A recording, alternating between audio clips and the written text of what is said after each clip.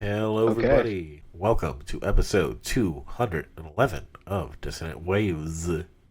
Ritz and Trix are here. I'm Domino. Hello. Hello. Ooh. And I'm Larry. And I'm Bob. No.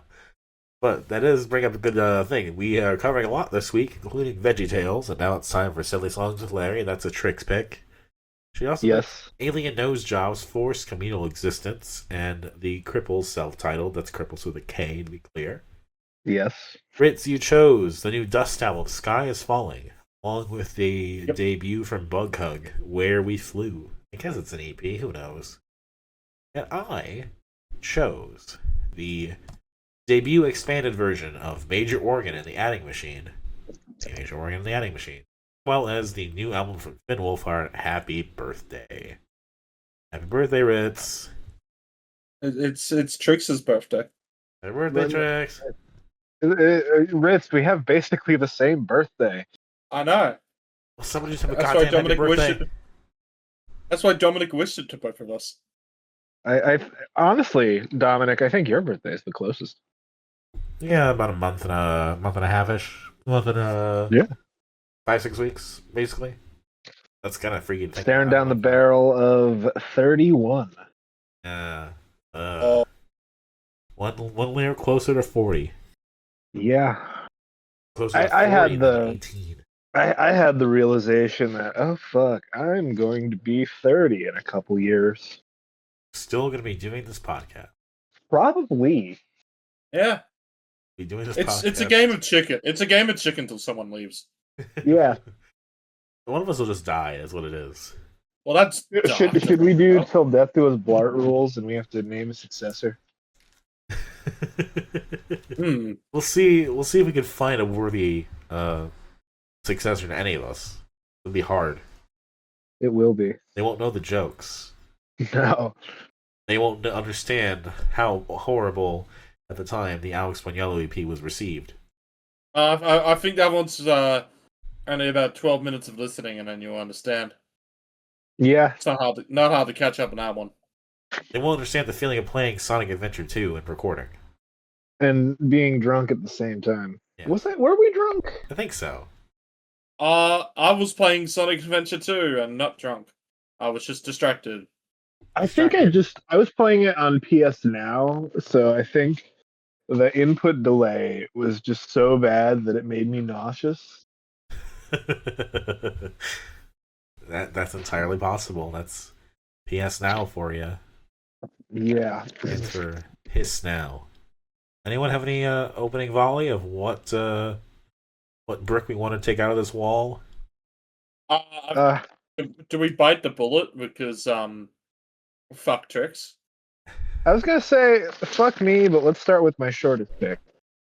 I mean, sure. Start with That's the fine. I found this just scrolling through Sex Max's Bandcamp, and it is a revival of an old project. It looks like, and I thought it was fun. The fun doesn't last past listening to it. That's how I feel about it. They sure had a thing about chocolate nipples. Yeah. Which would have been great if it was funny. It's kind of an analogy for AIDS, I guess, but told by teenagers and then repeated as adults. Yeah. This is one of those ones where it falls under the category of they're just having fun, and I can respect them for that. Oh, yeah, I mean, I'm not actually like criticizing it. It's just like that's just what it is. Yeah, Like, it's a joke EP, nothing more, nothing less. They're called the Kripples, for God's sake. Yeah, and the drawing has 2 dicks on it. The album. Yeah. art. I'm curious what It's made them go it's back. probably supposed to be a recurring kind of thing as well, I think, Trix, since and it's the whole dick and that are like the same, so I think it's supposed to even be a recurring dick. Which I respect for if we're just gonna have that type of crude humor. Like, at least I don't know, you can definitely argue that they're having fun with the crude humor. Maybe I'm old, maybe I'm an old fart, maybe a bunch of this just ain't what I care for. But honestly, the funnest part of this was the Beatles cover. I got blisters on me penis. Is that a And Beatles cover? Yeah, Helter Skelter. I thought it was, but then the credits say that he wrote it, so I was confused. No, that's That's a just Beatles poor. tune. Yeah, it's just poor crediting. She's taking Yeah. full credit for fucking Helter Skelter. Well, another week with another Beatles cover, I guess. Yeah, the ending ad lib of the instead of blisters on me fingers, I've got blisters on me penis to add That crude does, humor. yeah, makes sense now that I think about it. Yeah, I was I really. guess the question is, how many penis jokes can you do before it gets old? Um, that's a good question. I don't think there's an upper limit. Or depends on how much material and how much like organic uh length do you have. Organic organ. Yeah, orgasmic.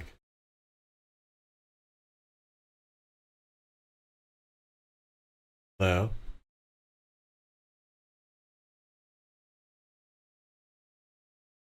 Obscure shit. Uh, that oh wow, that I you do cut out tend there to for bring a onto minute this. there. What were you saying, Ritz? I'm sorry. Apologies. I'm starting to lose interest in what I was saying, to be honest. But yeah, I mean, this is a pretty obscure find from Trix. Yeah, They got Yeah. like no listeners. They got this is 100% just teenagers who, well, just adults who have remade their teenage thing because yeah, chocolate nipples is made again. Um, and apparently it's 9 years old, which is even more fucking insane. Um, Yeah. Well, this is Sex Max before Sex Max in a way. yeah, And I think Sex Max got better at the dick jokes. I think Sex Max got better in general. Yeah, yeah. Yeah.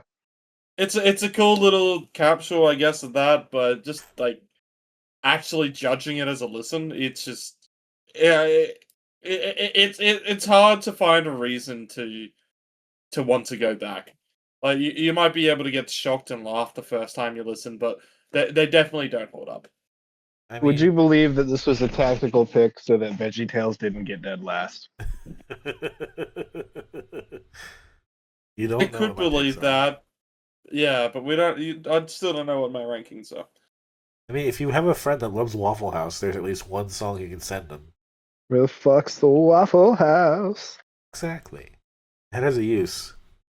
Yeah. Never been to Waffle House. It's interesting. I want to get my hash browns smothered, covered, cornholed, butt fucked, and ogled. Meanwhile, the new person's discussing with the manager very frankly about their work schedule and talking about the lady who just quit. And there's a guy walking in. It looks like he wants to fight you. And also the water, like the floor is just covered in water for some reason. The running joke at work is that I'm quitting the job to go work at Waffle House and learn how to fight. Like that'll be my time in the dojo. I pick up some shifts at Waffle House. And you come back a few months later, even more ready to kick ass. Yes. You can see it. I mean, you could just make a new kind of Waffle House. Just What open up a kind of shitty Waffle diner. House? Yeah. Shitty diners are the cornerstone of the American culture, and I will stand by this. I mean, shitty or not, just the diner culture in general is sorely missed. Yeah, I miss 24-hour diners so fucking much. There's one down the street from me. I gotta go there and eat a horseshoe or whatever the hell it is. We'll talk about it offline. If I tell you what the actual signature meal is, I dox myself. Gotcha. Do we want to do favorites, least favorites on this since we're now talking about diners instead of the actual album? We can talk about some drives and dives. I'm good. Favorite is the Beatles cover Helter Skelter. Least favorite is the original, not the original, sorry, the newer version of Chocolate Nipples because when that song's just not even really funny and having it twice, it's kind of hard to listen to twice, but you at least got to respect that one version is 9 years old. It's somewhere between a cheese sandwich and a blender. It's like edible. Favorites for me, also probably Helter Skelter. Least favorite, honestly, the opening track with the whole monologue of, "Oh, I bought you tickets to the Kripples." It's like Christmas only comes up once a year, and so do you. That was that was so banal. It was whatever for me. But Yeah, it was just I just the most offensive part of the album to me. It just such a horrible played out joke. Fair enough. I'd argue it's part of the point, but what's the point in arguing anymore? We're done with this. Yeah. Well, I mean, the whole point of this is what they were doing as teenagers. I think what's most fitting to go into next is what some actual teenagers are putting out, Okay. and that'd be Bughug. Okay. Okay. Are these teenagers? They're like very young. I don't like young adult kind of. You Yeah. know, probably like 18. 18's technically a teen. Yeah.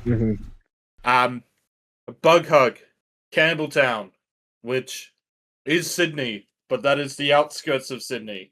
So you could be forgiven for saying that they're probably very disconnected from the rest of the Sydney scram scene. So I guess they've decided to do their own fucking thing now. That's the intro. Fair enough. Good. You guys have your own Yours Are My Cocoon meets Hey I Love You. Yeah. Yeah, yeah. It's Hey I Love Your Arms. Drums, EP, any kind of styling, especially in this production, and it's I guess it's structure in the songs, but yeah, there is also a bit, I guess, especially with all the way that songs are actually sung in this. Yeah, very Hey I Love You like. So I'd fully agree with that. With that, what's that word? With that critique, Dominic, we'll call it critique. You get a gold star. Thank you. I sure cherish Thank you. it. I mean, like that early Your Arms EP, which, you know, I have the take of I think that's better conceptually than it actually is as an EP. It doesn't mean that it's not listenable or anything, or no highlights, but it's one of those, like, to enjoy it, you have to more see what they're trying to do rather than what has actually been done. Sure. Mm-hmm. I think this is a little more successful. Yeah. In that sense, it's not put that down as what has been done as crap or anything like that. I'm not saying that. But you can obviously tell with how I guess crappy the production is. I hate using that word. But it's bedroom scrams. Production is usually kind of like that. Yeah, there's obviously some faults in there in this. As you go, and there are some things that, because of it, are mixed very muddily, and it's actually kind of hard to make out and stuff.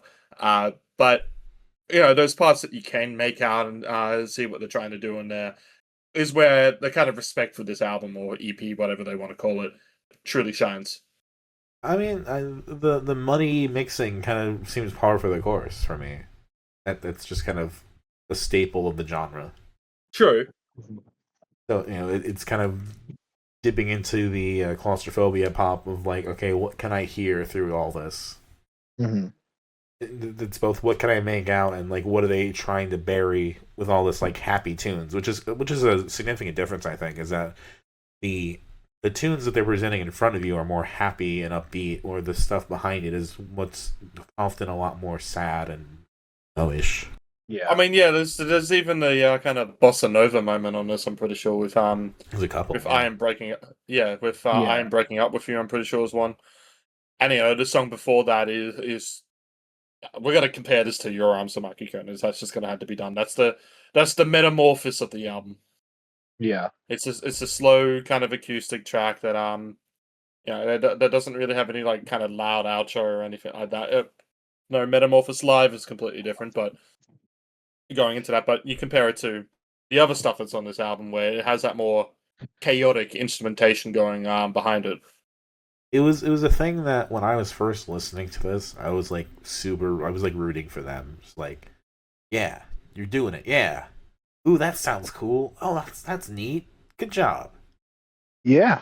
It's just such a condescending way of doing that, but it's kind of true. But not in a condescending way. It's just like when you don't know what it is, you kind of understand, like, it's a first project, and you know what level of, like, knowledge and, like, repertoire are we working with here.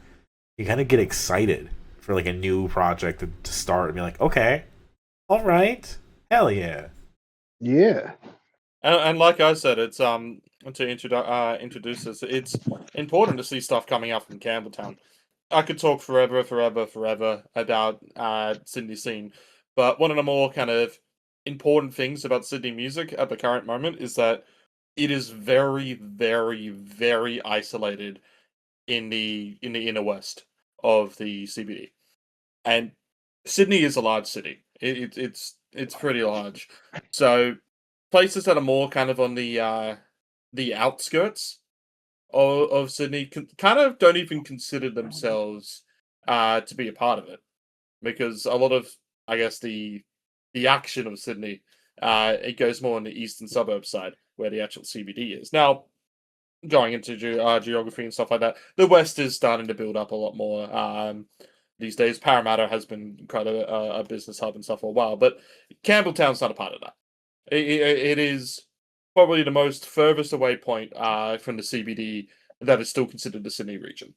So for that point, people out there, they don't really get much gigs or stuff happening in there. It's more so like if they want to go see something, they're gonna have to take a nearly like 1.5 hour train at this point. I don't think it's actually that bad, but it's like that just to get into Central or back. It is a long train ride.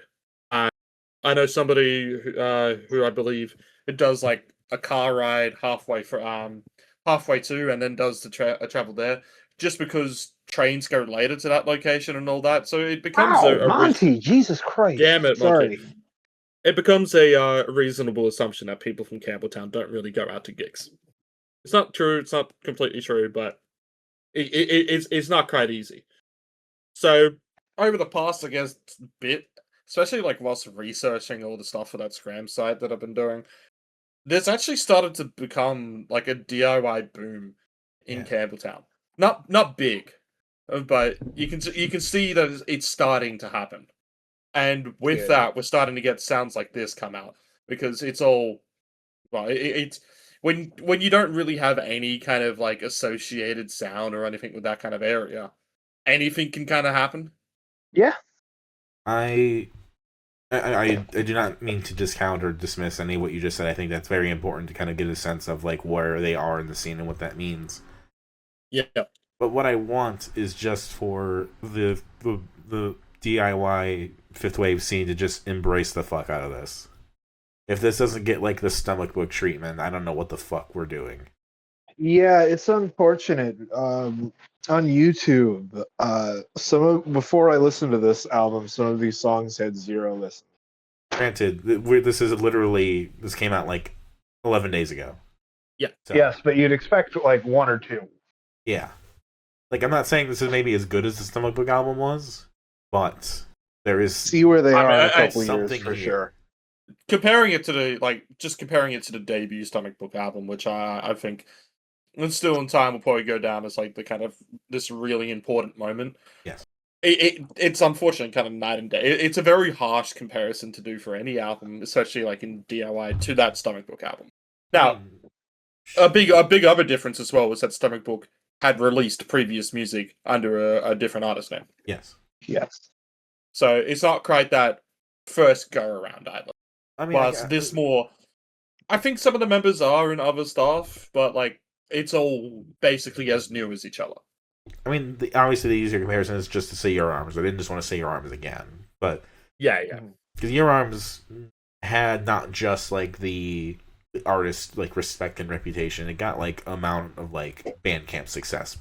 Yeah, within like the year it came out. So I don't like that weirdness of COVID, to be honest. Yeah, and I'm not saying that they don't deserve that too, but I'm just saying like there deserves to be a groundswell of support. I think because this is a great opening volley. This is a great like 7-track little thing. Yeah, like even if it doesn't fully hit, you can just appreciate that this is like a pretty young pair that are just trying to go for it. And, you know, it's a conceptual cyclical kind of thing. You know, it does the thing where like the end is the beginning, and then you take what you know from the end and reapply it to everything you've heard before. It kind of completes the cycle, which is cool. Definitely. But you know, we listen to a lot, and like a lot from this kind of style and genre. But it's nice still that every year you can get excited by kind of these new projects still cropping up. Definitely. Favorites, least favorites, I guess. I'll go first. Favorites, victims of biology. I think you could just say victims of biology, not victims. It's I'm definitely gonna supposed to be pronounce it victims. as it's written. Then it's supposed to be victims of biology, or whatever it is. Biology. 0 by 0 And logic. don't forget the underscores. Underscore victims of or 0 by 0 logi. Underscore. Underscore. Least favorites. No real least favorite. Favorites for me, the singles, something about funerals, I guess, and victims of biology. Least favorite is probably something like Theme for a Ride Home. I feel like it's a bit of a dragging ending, and I don't. Out of all the songs, I can say like I don't see really what they're trying to do with it. I think that's the one. I like something about funerals, I guess, or IG, if you will, of victims of biology, and I do like Theme for a Ride Home because that's like, that's their own attempt at kind of making a longer song, and I appreciate the craft in trying to make that. My least favorite, I mean, I kind of get why it's there. Requiem just kind of happens. I don't know. It's more like an ambient atmosphere kind of moment, which is cool, but I don't know. If anything, that's my least favorite. All right, well, Dominic, what's the next one? What are we covering next? If we're going to talk about garbled stuff and weird stuff, which we kind of covered with the Kripples and bughug already, let's talk about Major Organ and the Attic Machine. The weird secret side project. It's the network of Neutral Milk Hotel and of Montreal, where no one quite knows who's in it. But it's Kevin Barnes, Jeff Mangum, Julian Coster, and Robert Schneider, probably. I genuinely love this so much. I didn't care for this. It's alright. It's okay. It's simultaneously exactly what you would expect from a combination of early of Montreal and Neutral Milk Hotel, and also like not necessarily for me. It's in that sense. We'll compare it to the Neutral Milk Hotel one we did last week, and in a sense, it's more listenable, but it's also less interesting. And it was released in 2001, so this is like post Aeroplane, but also there was then re-released in 2010 with like some movie stuff and some film stuff with some extra tracks added in. The ending track, "Wonderful World," was the first track they ever released on a compilation, I think, before Kevin got involved. Gotcha. Sorry, Trix. You have jubilant things to say. Oh no, this is this is just beautiful art, and I could listen to it all day and like still find interesting things to talk about or just focus on and listen to. And it's so scattered and wild, but just deeply fascinating to me. Like I look at this album almost like a puzzle. And like to listen to it, to appreciate it, I have to keep listening to it and focus on different parts and figure out where things lock together and intertwine. I can't say you're wrong, because there definitely are things that kind of repeat, and like not even in the one song, but like across several songs. Yeah. I listened to this today while portioning burger meat, and I understood the numbers. It just blows my mind that there is a project directly involving some of my favorite ever bands, and no one talks about it. There's I'd never heard of it until you brought it up. There's an album with Jeff Mangum and Kevin Barnes singing together, but also on separate songs. Like not even. And like it's clearly them. It's not like Neutral Milk Heads don't even fucking talk about this when they're fucking obsessing over what Jeff did after Aeroplane. Fascinating. And like this is kind of where the weirder side of like Invent Yourself a Shortcake kind of lives. It's kind of like the random kind of noises and It's kind of whimsy. This is exactly what I loved about Invent Yourself a Shortcake, but more.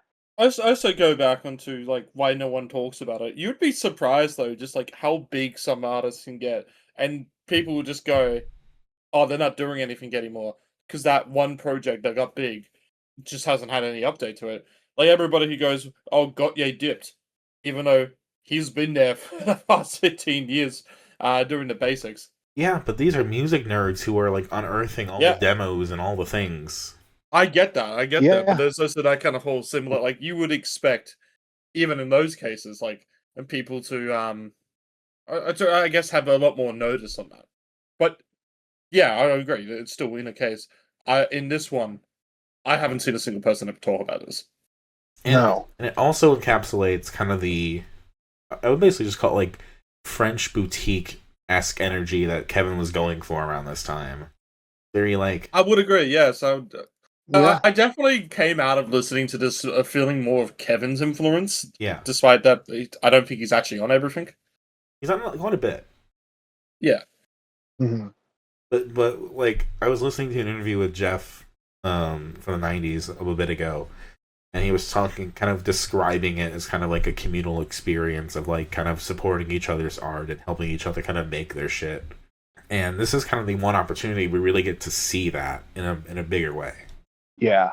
Where this is, like, they don't even want to fucking, like, credit themselves because they want to make this together in, like, a monolithic kind of way.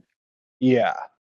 Again, the music is not my preferred style. It's not, something that totally grabs me in, like, in the ways that I love those bands.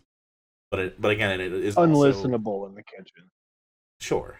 But it is also exactly... When I break down what I would expect if you told me of Montreal and Neutral Milk were kind of marrying styles for a second, this is essentially what it would be. Yes. Then that contradiction kind of fucks with me. Like, how... I would love to see if we got the other end of the bands, like in their darker modes, if they had combined. But if what Jeff says in that interview, that basically, like, each song in Aeroplane is like a little scene in a snow globe you shake up, look at. This has that same kind of ethos, I feel like, in a way. Yeah. Like Madame Truffle. Yeah. Let's see here. No, I don't want to download that. The ticking of the oven clock never annoys Madame Truffle while she's baking her famous goodies. The crowd lines up outside the door and lets out a giant roar when she peeks out from the blinds and opens up the store. Peach, cherry, boysenberry tarts, even the dentist lets her. Little daughter filling up her cart baked in shapes of growling tigers and frowning Napoleon Bonapartes. Madame Truffle turns the baking of pastries into an art. Yeah. Yeah. It's fucking cutesy Kevin Barnes, but also kind of the weirdness of Jeff, too. Yeah. Like, it's a trip to listen to. It's fascinating. You got the sing-saw throughout as well. Yeah.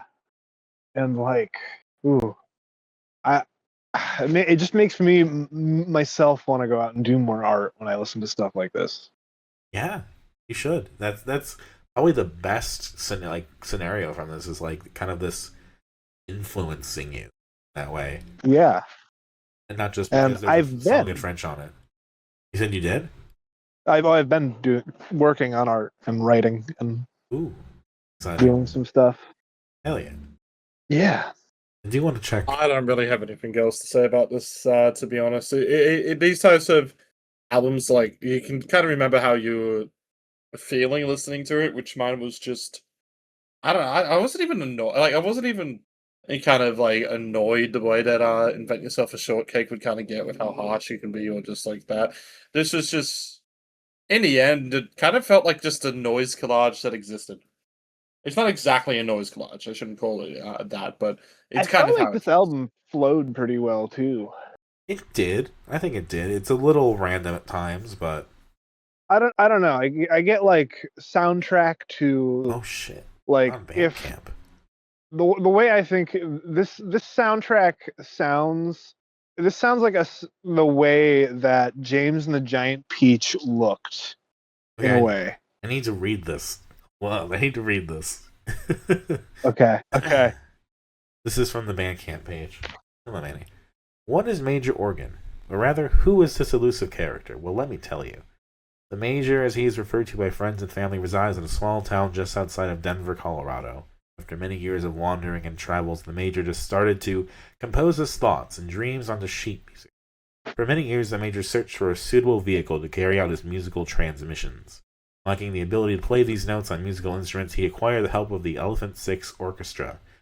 Now, for the first time, the Major's music has been documented on CD with help from members of Neutral Milk Hotel, the Olivia Tremor Control, Elf Power, of Montreal, and many other friends. The Major's music has begun to be cataloged. So far, the Elephant Six Orchestra has recorded 19 of his transmissions. Listen, as the Major spins his delicious tale of Madame Truffle and her pastry-making art, consumed by the town's more tasteful pastry connoisseurs. Rejoice as Francisco the Angel comes to release the town's children from their beds. You're free to go, you're free to go. So take a journey when your mind is not quite fit and father is away with the Major and his orchestra. Okie So- dokie. Yeah. This screams like a weird puzzle game in a way. Like this is a puzzle. Like to me. Yeah. I'd love to see what you can unravel from it. Yes.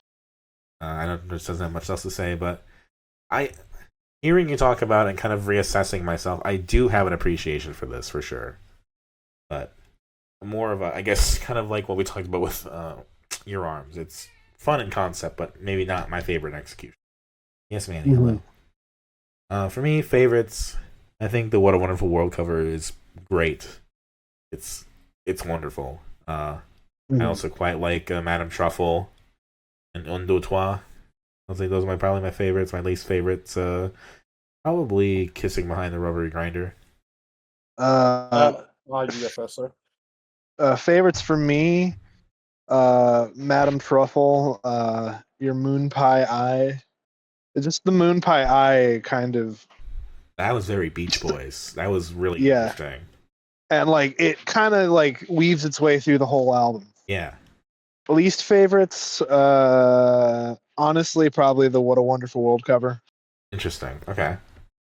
I don't particularly have a favorite or least favorite, but I don't think it's a blender, and I don't think it's a cheese sandwich. The sounds differentiated itself enough that I can't call it either of those. But I also didn't. It's mostly because I especially didn't like it enough to call it a cheese sandwich. I will say I think the best moment for me on the album is the one verse of What a Wonderful World where they don't do the vocal manipulation. Yeah. But yeah. What next?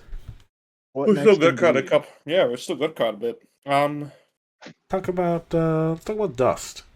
Okay. All right, Dust. So we covered Dust a couple years back. I think 23, maybe. Yeah, I think it was 23. When their EP came out. Now they got an album, Sky is Falling. Really have any other more intro to go for that? It's interesting. Yeah. It's some good post-punk sax. Yeah, they definitely haven't stuck to making etc. again. It feels like we have an evolution of that sound, but it's one that explores itself kind of tightly, I would say. I don't think this is an album that branches off too far from its sound. No, and again, the sax is kind of like the anchor point. Yeah. And I guess when you do that, the question of the album is the sound that they're sticking to good? And yeah, it is good, but I do feel this album just doesn't have that one major like point in which it feels like it's all come together and like this is the song to like gravitate fully towards it like that. I really like having like those moments like the gutter or the joy guilt Sure. or the alternator on etc., which I guess maybe you got too many moments. This feels like this is more as an album listening than it is as like a go back to certain moments type of album. It's not like to say that there's no the songs you can't just chuck on a playlist or anything on this, but it feels more that way, you know. It's like like when you're watching water go down a drain, like you just kind of curves and curves and curves and curves. There's never quite the resolution. Mm. And like I feel like there are songs that try to be it, like Restless. I think tries to kind of be that moment. I think Alice there at points tries to be like that. But I agree. There's no singular signature like, yeah, that's fucking it, man. But I do think it still works pretty well as far as what it is. It is, yeah. In Yeah. terms of listening to it start to finish, it is a great listen. Yeah. I had a friend in the car today, and she loved it. She thought it was great. She put it in her playlist. Hell yeah. She was lamenting like, no one's heard of this. How has no one heard of this? This is unfortunate. Trust me, in Sydney they've heard of this. they're at the point where I think in Newcastle they do as well, but I just don't go up there. Where they're starting to draw crowds in the East Coast, which is great. I mean, at some point the bubble's got to burst on these guys. It just hasn't yet. I think I did send to you. They are actually touring the US. You did Next year. Oh, neat. Yeah, is it next year or like this year? Time. But now I do. Yeah. I find it funny that on YouTube Music, tracks 1 and 3 have 16K listens, and then none of the other songs are even at 500. Well, those are the singles. Yeah, those are the singles. Yeah. Yeah, and the album again just came out like 2 weeks ago. That is also fair. I will say as well, I am kind of stoned. The take that I've had, in which I don't consider Dust to be an emo band. I consider them to be post-punk, but I do consider them to be adjacent to the scene. Yeah. Specifically for reasons of they have usually quite regularly performed with bands that I would consider in the scene. Like on the tour that they're doing at the end of the year in Australia, they got Swap Meet and Blue Diner opening. I've seen them many a time at slowcore band shows, and I remember they even had Freezer open for them during one of their shows, and I feel like that was enough to justify that take that they were an adjacent band. But then the end of this album kind of also does it, where it gets into that more kind of trinkly stuff happening into it, and that kind of more shoegazy type of sound. Yeah. I mean, my personal favorite of this, I guess of the second half, it's between that and Drawbacks, because Drawbacks is a fucking good opener. Is Fairy, which really kind of has that kind of like that definitely kind of like gazy kind of feel going for it. It's a very kind of dreamy track. It's also kind of like a track that kind of like announces itself in a very like regal way, kind of like a fairy. Mm-hmm. Like, there's something about it that's kind of makes you pay attention a little bit more. Trix, how did this go in the kitchen? It went okay. Then the rest of your kitchen staff just suck. I don't know. We've been jamming a lot to some Sabbath lately, and That's fair. Sabbath and Nirvana actually. Those have been like the go-tos. I'm sure rape means a hit in the kitchen. It actually is. Oh god. Yeah, I think in the end this is probably an album that I will spend a lot more time with throughout the rest of the year, just to like kind of properly finalize a lot of thoughts of it. It is a lot harder than I thought it would end up being, just because I think etc was a lot more of like that kind of punch in the face kind of like, do you enjoy this or not? In the end, like I can probably safely say I enjoy this album. Yeah, I think from start to finish it's got a consistent quality to it. I like to use the phrase consistent to a fault quite a lot. I don't think this is consistent to a fault, but I do think it has elements of that a bit, just that kind of stops certain songs from kind of standing out with each other. Even good albums have that quality, so it's not like I really judge it too badly on that. Yeah, it's got some moments on here in which I'll probably keep in my playlist with specifically Fairy and Drawbacks. I admit I probably would have loved to have seen the singles that they released last year get onto this album as well, with New High and Trust You See. I think those, especially Trust You See, I reckon there's a way for that to fit onto this album and be kind of like that big moment of the album. But nevertheless, yeah, Dust are great. Good band. Yeah. I guess I would call this like a solid like B grade opener. Like, nothing here is gonna make it my favorite album of the year by any means, but it's really solid throughout. Yeah, no, I Yeah. agree. No, one of the songs called again. My favorites probably Restless, Alistair, Drawbacks. My least favorite, I don't know, probably. I don't really see if I can say a least favorite actually on this one. And like I said, it's all pretty solid throughout. Favorites for me, Drawbacks and Fairy. If I had to pick a least favorite, it's probably in Reverie. If I had to, I still like the song. I just think, about the end of the album, you just had that disappointment of, the album's over. Um, Go ahead, Domino. I was like, oh, it's over with Daytight, and then it's like, oh yeah, there's one more. That's right. I was kind of excited, but teach their own. Favorites for me, kind of a cheese sandwich, but I'll give a shout to Swamped. All right. Alright, I just realized I thought there was like 2 albums left, and then I realized that we had 3 because there was one that I completely forgotten about, which I've listened to. It's just that that's how I think about this one. So Finn Wolfhard, happy birthday.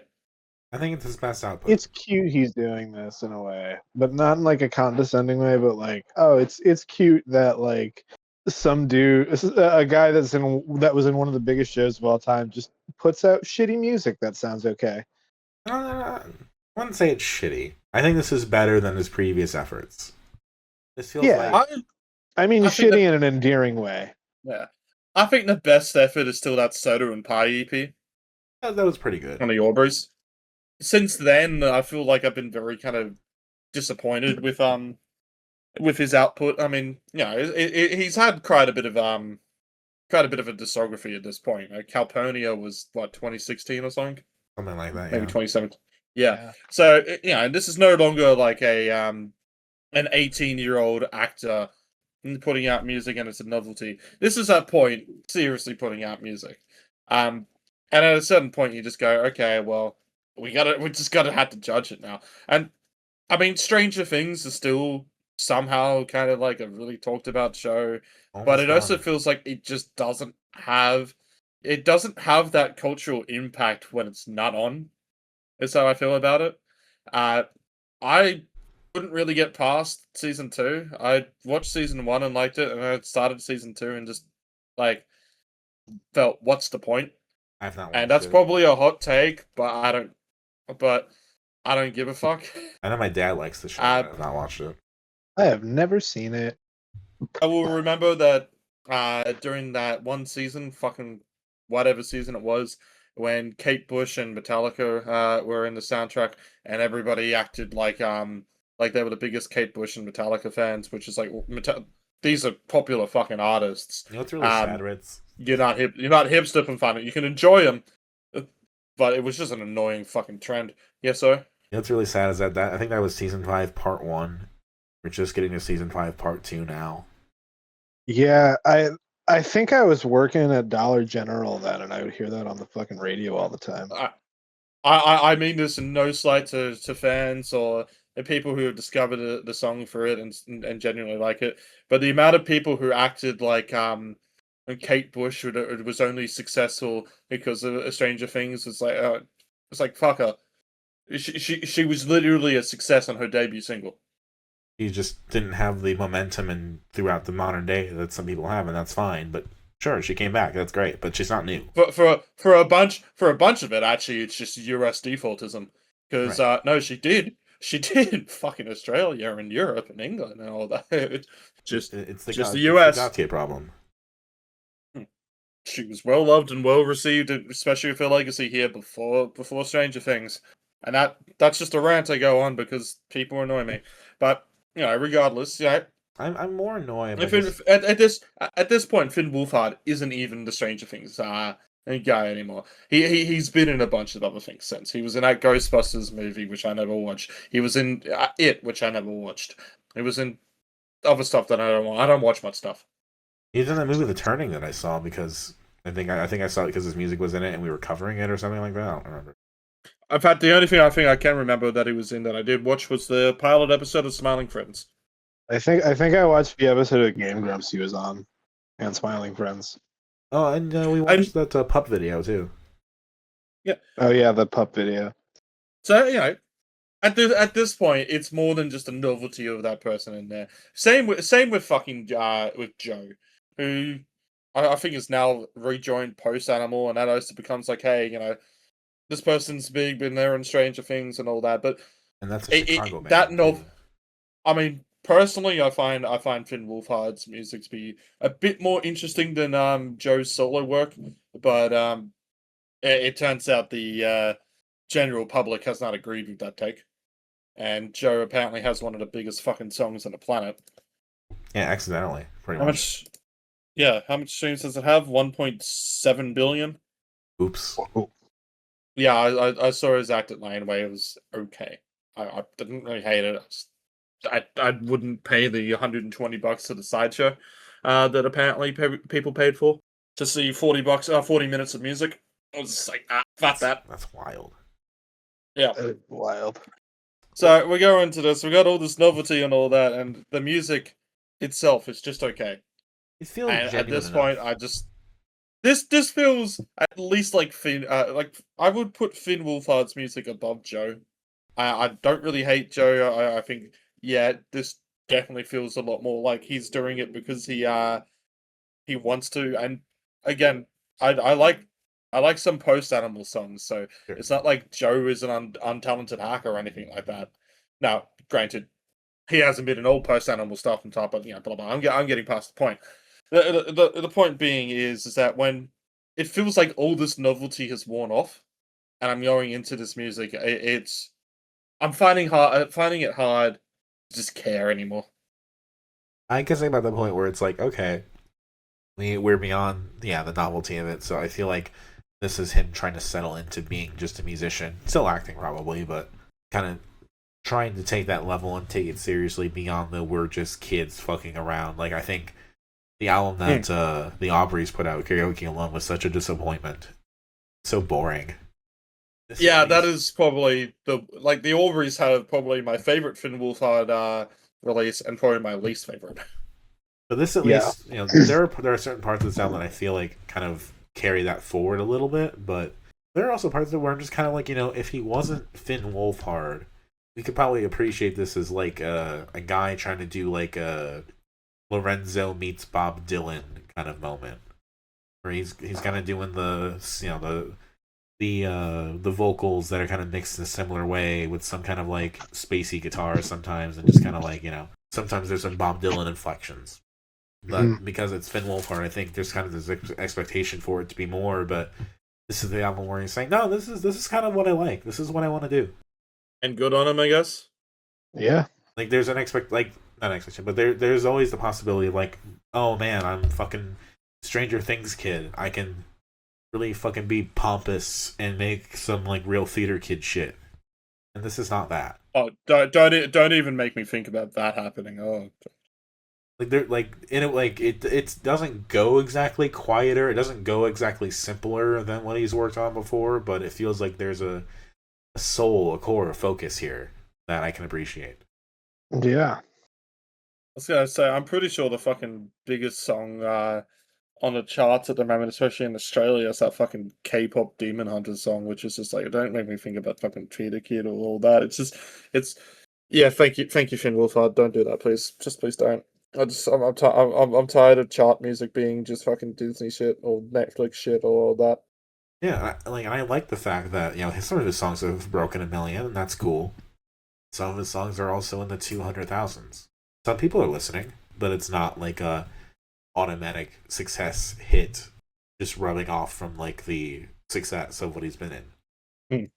Mm-hmm. He's still having to kind of chase this and work for it in a way that feels, he has a leg up, absolutely, but he still has to work for it. I appreciate it. Calpurnia was 2018, by the way. I said 2016. It was a couple of years afterwards, but I mean that was one that's where all the streams have gone. People listened to Calpurnia, and then that all changed. The Aubreys had a bit of that carryover, and Finn Wolfhard as the solos had a bit of that carryover.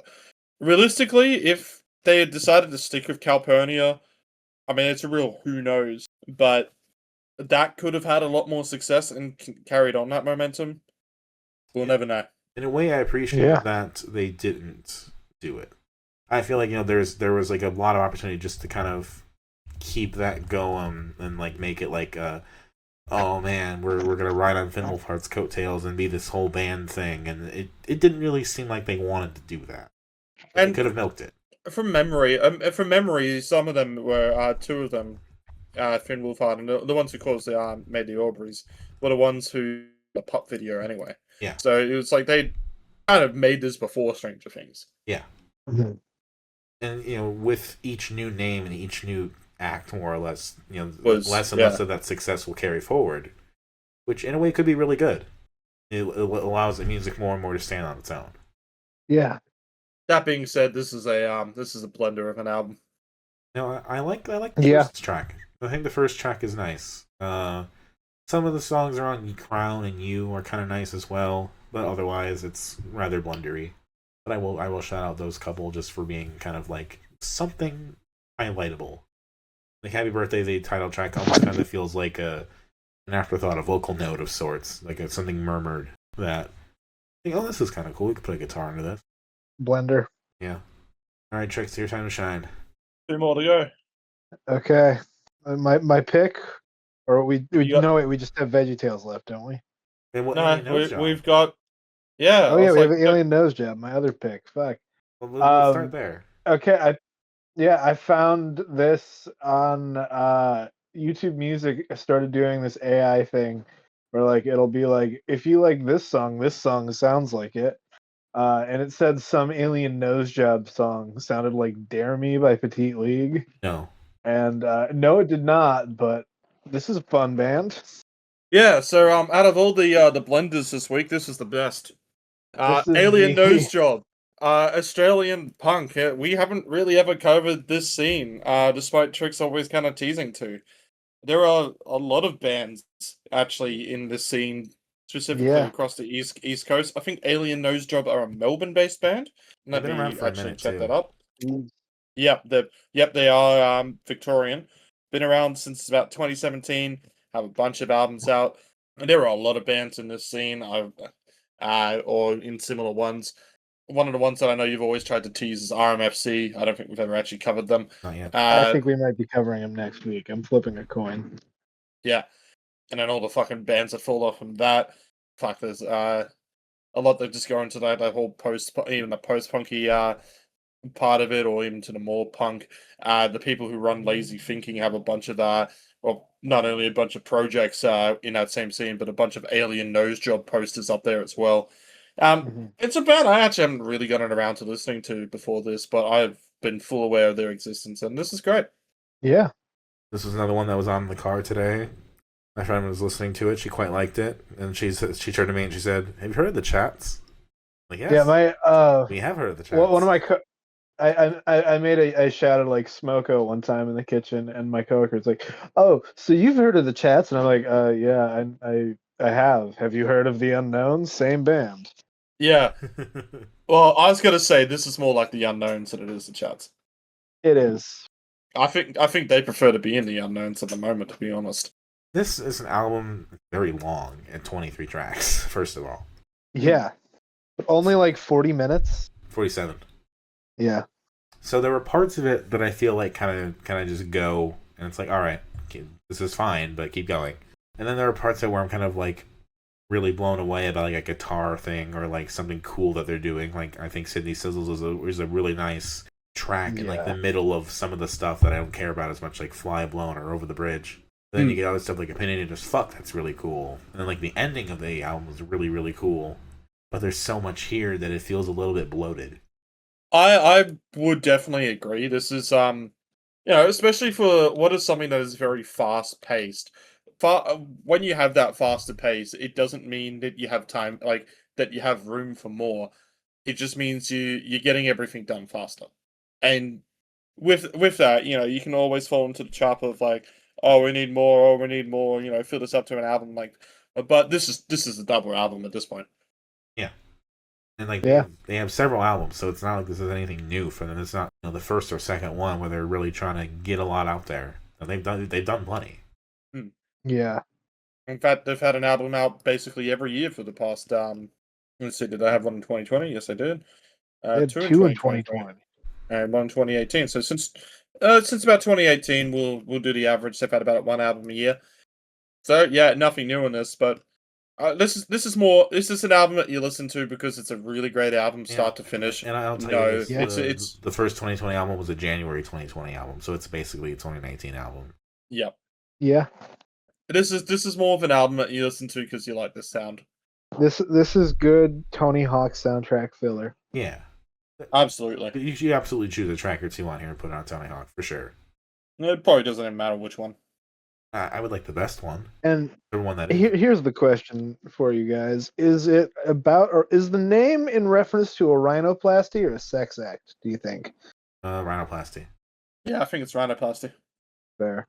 I could see it being either.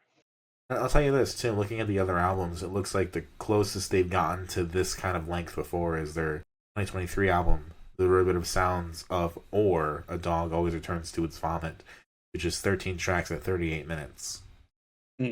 But this is quite longer, quite, a lot more than any of that.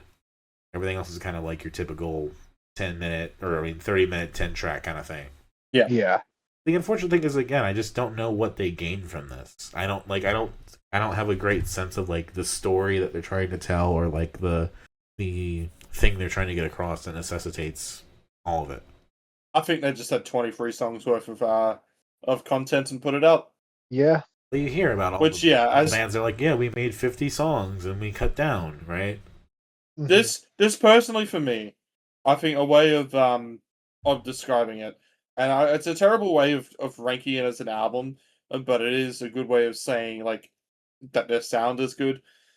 This is an album that you could put on and shuffle. Yes. Yeah. Which for some people is how they listen to an album. I used to do that. I've done it on occasion when I'm just like, I've usually just put a discography on shuffle. And sometimes I just got like that, and then I'll just skip and like, actually, no, I just wanted to listen to a couple songs and then move on to something else. Yeah, some people that I remember just seeing when a Fred Again album came out, and this person was like, did you know that if you listen to this in its intended order, it sounds like it sounds like a mixtape, and it's just like, oh my god, TikTok users have discovered what an album is. Yeah, this one I reckon you could put onto shuffle, and it wouldn't matter. But it's in both a good and bad way. I would agree. Yeah, great moments. This is fun in the kitchen. Yeah, because I'm sure it's fun in the kitchen, absolutely. Yeah. It's the kind of thing where you can poke your head up and be like, oh, that one sounds really neat, and then like go back to sleep for a few songs and wake up again and be like, oh, that one's cool too. Yeah. Yeah, I mean, it's a quick one to talk about. It's a good album. It's a really great scene that we probably should get more invested in at some point. This is, I guess, kind of like our opening introduction to it. I'm sure there's probably a better Alien Nosejob album as like an actual album to listen to. But in terms of this, it's good punk. Can't really rank it more than that, rate it more than that. I kind of one thing I will say actually before we move on. I kind of feel like they want to be Uranium Club, but Uranium Club is just that much more kooky and weird. Yeah, Uranium Club was a good gig. Sure, it was. R.M.F.C opened for that one, Trix. Oh god, that would have been a fantastic show. It was. You could probably smell it for blocks. I'll just say that I met up with somebody at that gig who I didn't know what was coming, and I 100% should have expected him. It was a very stereotypical crowd, but not in a bad or good way. It was just that crowd. Yeah. I guess in a good way. It was a good gig. I had no issues with that crowd.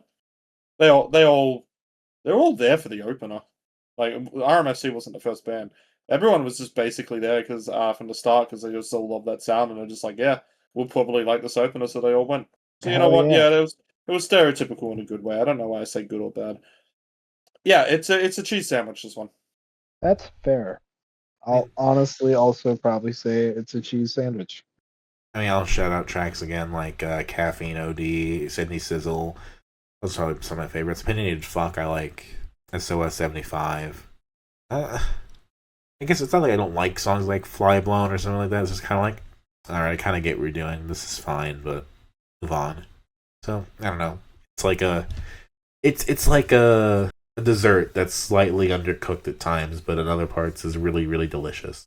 But overall, it meets out to being basically fine and good. Yeah. Trix, explain yourself. Well, Ritz, first let me ask you. Do you like to talk to tomatoes up and down the produce aisle? Do you like to use vegetables as a tool for Christian propaganda? Because Indeed. I I was prefer to use raised my. on VeggieTales. Like, I no find joke. I find the opinions that we've seen from the creator of VeggieTales to be kind of funny in the true in the middle of they were concerned about LGBT themes happening in cartoons, but they were also pro Black Lives Matter. So they got probably hated by both sides of that one. Yeah. I mean, the big thing I found out about this is that Phil Vischer was local to me. That's really weird to think about because I didn't really grow up with VeggieTales. I knew what they were. I'd heard some of the songs, but it was never a thing I really watched. Never really cared to. So Trix, Yeah. remember how we talked about the Kripples at the start, and we're like, okay, this is a joke that's worn off, and it's not funny to listen to again. Yeah, okay, so this is the same thing, except that joke faded faster, and it's a longer album. The Kripples is better. I can't No, hate no, this. no, no, I no. cannot hate this. There's better kids music out there than VeggieTales. There is better. There better is, cartoons. but they're literally just called silly songs. I know they're called silly songs, but the joke is gone. But there is some creativity on some of the skits that I do like. Can I reveal a secret to you, Ritz? No. I didn't actually listen to the album this week. I didn't have to. I have it memorized. I've had that shit memorized since I was 6 years old. I don't know why 20 you years in the thought that vault, was a dog. secret. You have referenced VeggieTales for the past 6 years at this point. Yeah. That ain't a secret. I understand the skit. I understand the creativity. I at a certain point, I just go, it's the jokes just went on for too long. If I had grown up with VeggieTales, maybe I would have a bit more lenience to it. But because I didn't, I'm going into all this. It's just, man, I just don't care. I'd rather feel embarrassed about listening to something if it just felt better. It's not like this is like a terrible album or anything like that. I wouldn't call it in the sense of bad shit, but it's just at a certain point, actually listening to it as an album, annoying. If I had watched the shows and where they all come from and all that, and had the actual kind of visual skits happening with it, I would probably appreciate this a lot more. But I didn't.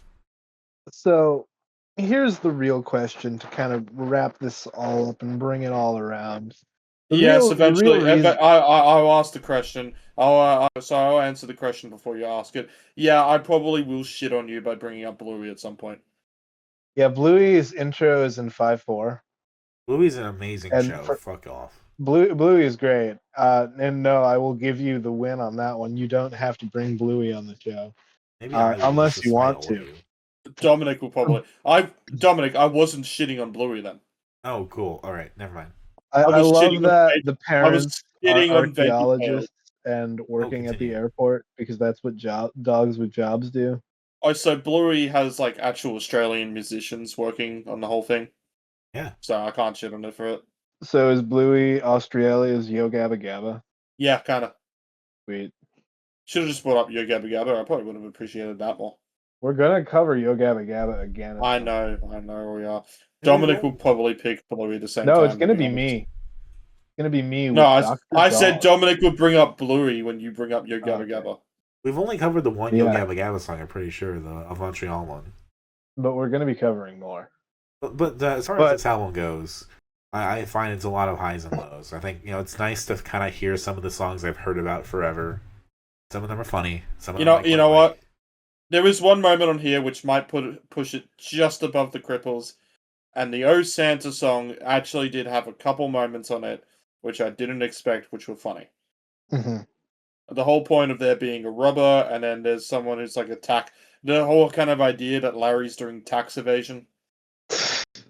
Yeah. You know what? I will give it up to O Santa for being okay. That was kind of cute and funny. But do you guys remember the reason I even brought VeggieTales on in the first place? Because you think Larry sounds like Kevin Barnes in the early Montreal era. Yes. Am I wrong? Kind of. I can kind of see it. What we really need is someone to just make a VeggieTales Larry video set to the passes a grotesque animal. Mm. I think that would be the true I need test. to. I think I need to go on Fiverr right now. But for every song I kind of liked his cheeseburger. As fun as those are, there isn't a song like the Yodeling Veterinarian where I'm just kind of like, please wrap it up, please move on. Yeah. Or even songs that I kind of like the Cebu song, cute, fun at first. Yeah. But then there were parts of it's like, oh, just go. Only a few kind of really stick the landing throughout. Like I think Dance of the Cucumber is really fun. That one sticks it. I even say like Love My Lips kind of sticks it out. The Pirates don't do anything. I've heard of that forever. Classic. But then you have a song like Lost Puppies. That's like, okay, she sings badly. That's kind of the joke, I guess. But even for as short as it is, move on. Yes. There's a lot of dragging on in this album for me personally. I just sticks the landing. I'm just too annoyed by it by the end to even care. That's just it. Like the first song I think is actually fine, and that sticks its landing. Where the whole joke is that here's a silly song, he's not singing it that well, it's annoyed, and then it has the cutaway of next week, and then it's just singing that song again, but with a different object.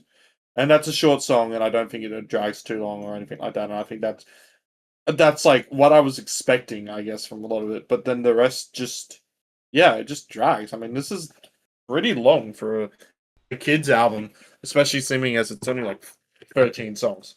And it's only the silly songs with Yeah. Larry. When I was talking to Trix before the show, it's like, oh, I didn't hear the tomato song. And she's like, well, that's not a silly song with Larry. Yeah. It's not. Well, maybe it should be. Yeah, I'm done. I'm sorry, Trix. This sucked. I didn't say it sucked. I think this was an inevitability. No, I said it sucked. I know, I'm just saying, I don't agree with that. I think it was an inevitability, and therefore, it dragged, but also, what else would I expect? There's some times where I like to go and appreciate or understand context of that, or even take a bit of a joke. This is not one of them. That's where I leave it at. I can't hate this, and I will always kind of secretly love it. That's fine. Live your shit. Love it if you like it. But do I lament the fact that I've seen VeggieTales maybe 2 or 3 times in my life, including when I was in religious education? No. Do I want to go back and watch it? No. I'd rather watch Bluey. Bluey's a good show. This is again, like Ritz said, just Christian propaganda dressed up with some mild creativity.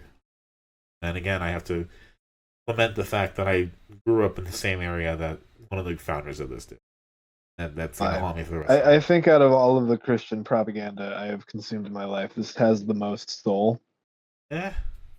I haven't watched enough VeggieTales to tell you. I don't plan on. Well, a lot of the jokes in the actual show did hit pretty well. I know the weed eater joke. I know that one. That one was a popular meme. Tune in next year when we start doing our not TV even just show. that. Back in. I've been quoting, and you'll win a lovely set of knives for 20 years now. I know, but I can think of all these other kids' cartoon shows. Like, yeah, VeggieTales is definitely probably aimed a lot younger than the ones that I'm thinking of.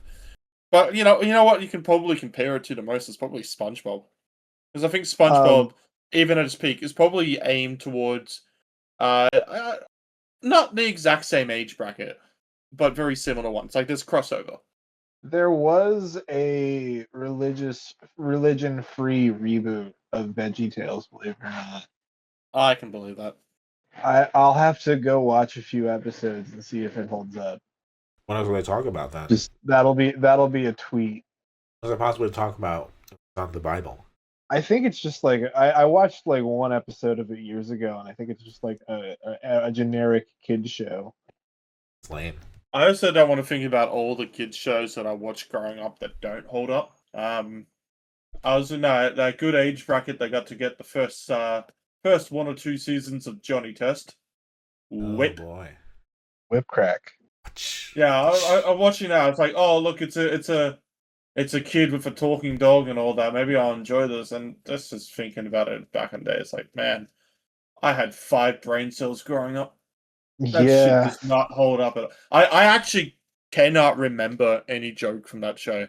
But then I think what's even watching it, I was like, this is yeah. dumb.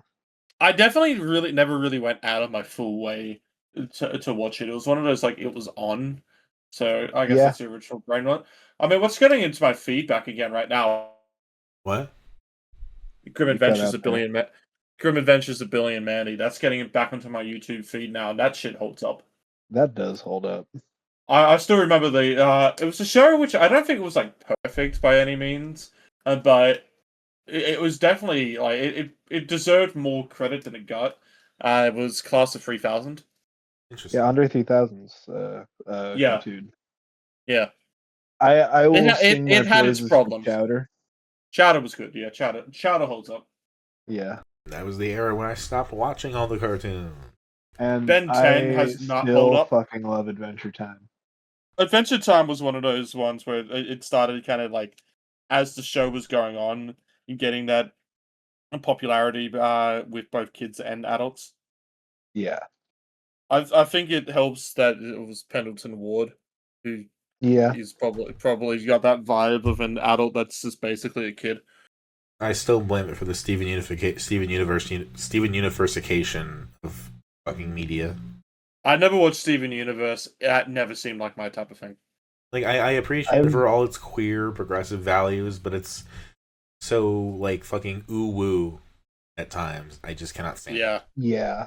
Yeah, I get at that. I get that. At least Steven Universe had Mike Kroll. Sure. I Anyway. mentioned before about the people that I know that love Steven Universe are so fucking like Annoying. yes. Yeah. I've not met many people in my life that are Steven Universe fans. I'd like to keep it that way. I just remember one guy in college I knew where it's like, I've seen your personality, I've hung out with you. I don't understand how you live as a person. Rough. Anyway, favorites, least favorites? I like the dance of the cucumber. I like his cheeseburger. The Water Buffalo song's a fun opening track. Least favorites, like fucking the Lost Puppies one, the Cebu one drags on. There's a couple of the others. I like the yodeling one. That's the worst one. The yodeling veterinarian of the Alps. Yes. Favorite is Oh Santa, because that actually had a couple moments of chuckle worthy. Least favorite's basically everything else. Favorites for me, the hairbrush song. I love the hairbrush song. No least favorites. I like that they went to the trouble in the cheeseburger song of making a fake Burger Bell, and he just sees a billboard for Denny's, and it's like, I'll go there. Yeah. All right. Well, rankings this week. Fuck, how am I going to do this? All right. You know what? I'll give it to you. I'll put the Kripples at last because I think the joke is worse. And then I'm going to put VeggieTales. Then I'm going to put Finn Wolfhard. Then I'm going to put a Major Organ. Then I'm going to put Bughug. Then I'm going to put Alien Nosejob. Then I'm going to put Dust at the top. This is a hard one. Yeah. I will put Kripples at the bottom. After that, I will probably go with Major Organ. As much as I'm interested in it. Then Finn Wolfhard. Then Alien Nosejob. Then Dust and VeggieTales. Then Bughug at top. I have words for next week for you, Dominic. But that's next week. Enjoy your week living now, Dominic. Let's see here. For me, I'll throw the Kripples at the bottom. Then I think Jesus Christ. I'm gonna go for Finn Wolfhard. Then I'm going to throw Dust. An Alien Nosejob. Or actually, no. I'll throw silly songs with Larry before Dust. Then after Dust, Alien Nosejob and Bughug. Number 2, number 1 Major Organ because it just fascinates me so much. What's your number one, Ritz? Mine was Dust. We did not even have close to a universal number one. Nope. No. We had a a number universal 3. number. No, universal number last. Yeah. Well, Well. who wants to go first? Yeah, who wants to go first? I was just saying next week. What, did you want me to go first? Because I do have stuff. Can. You can go first. I'll go first. All right. In the search of scrams to the scrams directory, I do find stuff that I find genuinely interesting and want to cover. That is why I covered Bughug, and that's why we'll be covering. I think the first scrams from Perth on this podcast, a band called Pensive, but that's a short one. Even though when you download it off Bandcamp, you get the full EP of their demo as one track, and then the rest of it, you don't have to listen to it both. You just either listen to the individual songs or listen to that one song, which is the whole EP. I don't know why they've done that. They just have. But that's a short listen when you actually listen to it that way. So I guess it's time to go back to an artist we haven't talked about in a while, and that would be Tropical Fuckstorm's new album, Fairyland Codex. Huh. Hell yeah. All right. I will go. Okay. For a few weeks here, I've been kind of fucking around picking stuff to kind of match what we've been doing, or just kind of playing games like darts. It's been fun. I'm gonna pick a couple things that I've been kind of neglecting in the meantime. First of all, new Weather Day album came out, Hornet Disaster. We need to cover that. Yep, that came out a couple months ago. Especially because it ties into the Matsutui album in a way, where that has a Song for Growth callback. This just has Radar Ballet on it. Full stop. Yep. Yes. And I saw Chaperone. We never really talked about it beyond me seeing it, so we're also going to cover her first EP, School Nights, and all of her singles that are not attributed to anything. So the old singles and the new singles. Every once in a while, Dominic needs to get his gay quota done on this podcast, and Chaperone really helps with that. Yeah. Yeah, people will fucking love that we're listening to the subway. Screw me, I guess. I have a game for my next pick. All right. And it's just a game we're going to be playing here now. I'm calling it Russian Roulette. Okay. I have a wheel spinner, and we either have a 50% chance to do a Windhand album, which is good, fuzzy doom metal, or a 50% chance to do the R.M.F.C. discography, everything, just covering it all, one shot. But then, because I like chaos, I added a 1% chance for it to land on Life of a Showgirl, the new Taylor Swift album. Which version? Take your pick. I do not care. So I'm going to screen record this. Why do I feel like I know where this is gonna go? I'm screen recording this for proof. Are you guys ready? I know what I'm voting for. I have it spinning. I would love to do Pensive and Taylor Swift in the same week, just because it's usually me who's shitting on Taylor Swift while praising an emo album. It landed firmly into the R.M.F.C. discography. That's what we love to hear. So we will be covering all of R.M.F.C.'s music. I will be linking it all. I'll be digging through after we finish recording when I'm laying in bed trying to fall asleep. I lay in bed trying to fall asleep. I will think of R.M.F.C. Share with my friends. Yes.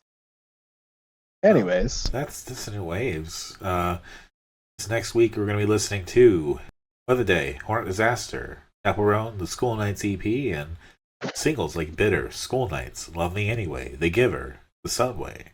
Ritz, you chose Pensive's Demo, whether it's 1 track or 8. Yep. New Tropical Fluxstorm, Fairyland Codex. Trix, what'd you pick again? R.M.F.C's entire discography. That's it. Okay, I thought there was something else in there. No, Nah. it's like an album, a split, 2 EPs, and a couple. Knowing that she's tempted to pick Life of a Showgirl, I think was the whole point of that. Okay. It's not that I'm tempted to pick it. It's just that we should talk about it, and I'm going to. Maybe. I heard she complains about cancel culture on it. Yeah. I don't particularly want it to be my pick for the week, but if it was like a total random shot, I'd be okay with it. I appreciate that. Yeah, so the entire R.M.F.C discography, you can pull it up really quick. So we got like Club Hits, High Volume 2, High VP, R.M.F.C set top box split 7-inch, Static Strife and Golden Trick is the new single, stuff like that.